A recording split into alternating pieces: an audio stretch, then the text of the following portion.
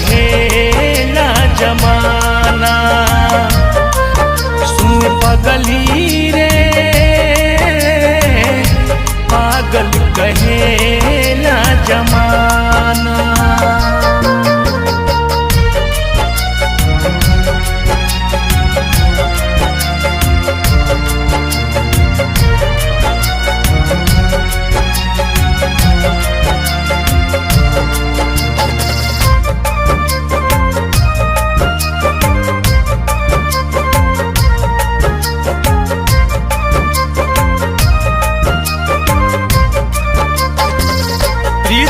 प्यार तू ही रहू, तू ही हमर जान हो।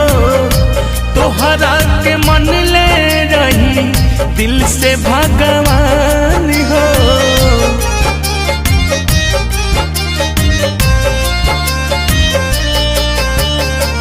प्रीति प्यार तू ही रहू, तू ही हमर जान हो।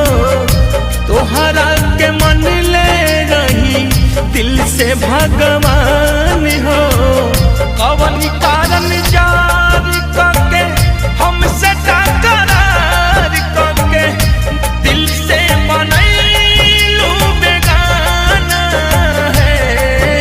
सुन पगली रे पागल कहेला जमाना। सुन पगली रे पागल कहेला जमाना।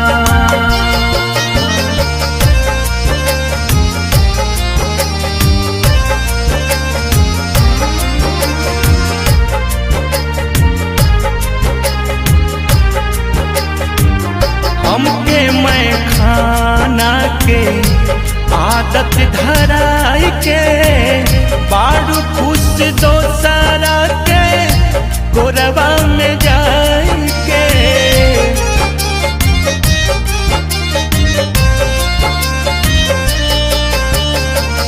हमके मैं खाना के आदत धराई के बाड़ू खुश दोसरा के गोरबा में जाई के।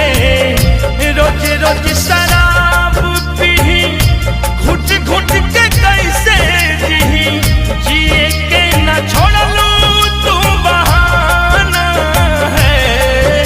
सुन पगली रे पागल कहेला जमाना। सुन पगली रे पागल कहेला जमाना।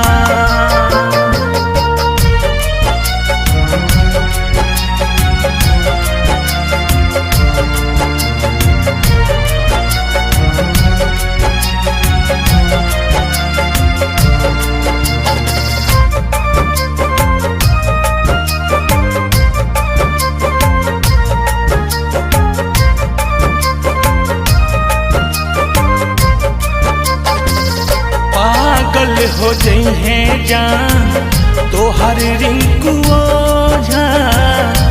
कैसे संभरिहे सरगम सोनू गम के बोझा।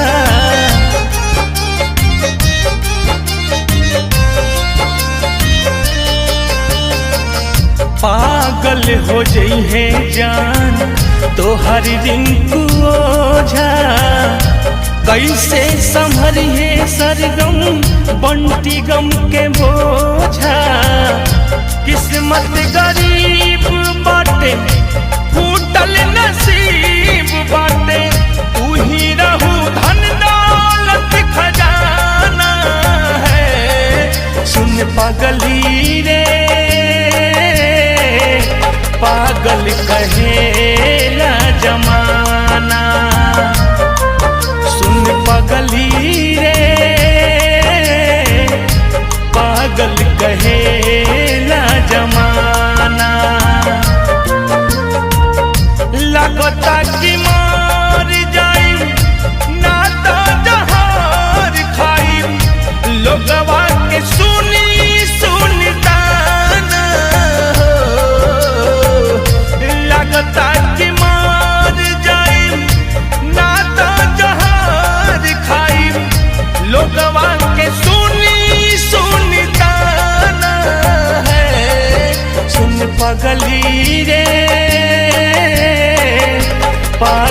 कहेला जमाना। सुन पगली रे पागल कहे